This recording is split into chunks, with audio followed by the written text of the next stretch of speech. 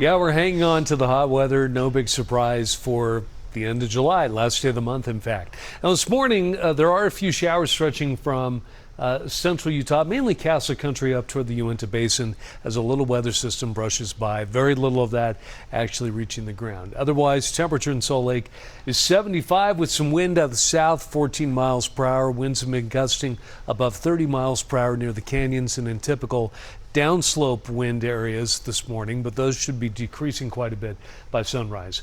Overall, we've got temperatures ranging from low 50s in Evanston to 80 in Moab. Most of us are in the 60s and 70s. Now, high pressure is centered over the desert southwest, and now trough of low pressure moving in from the coast will be sliding over the top of that later tonight and tomorrow, sending a very weak cool front in, knocking the temperature down to a couple degrees. But the main factor right now with this setup is that southwesterly flow with winds from that direction, which could be very gusty this afternoon.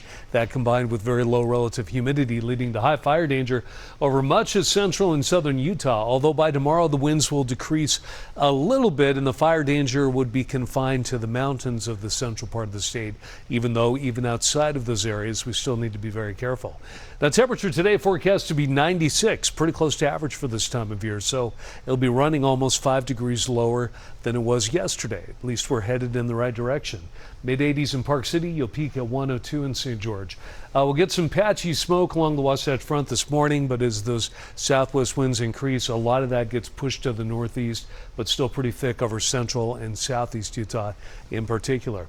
In St. George, temperature will continue to climb, in fact, all the way up to 105 by Sunday, and after maybe a drop of a degree or two early next week, you'll bounce back near there by next Wednesday. And in Salt Lake City, it'll be sunny and hovering in the mid-90s again tomorrow. We could drop another degree or two behind that weak cold front heading into the weekend, but then temperatures climb again early next week.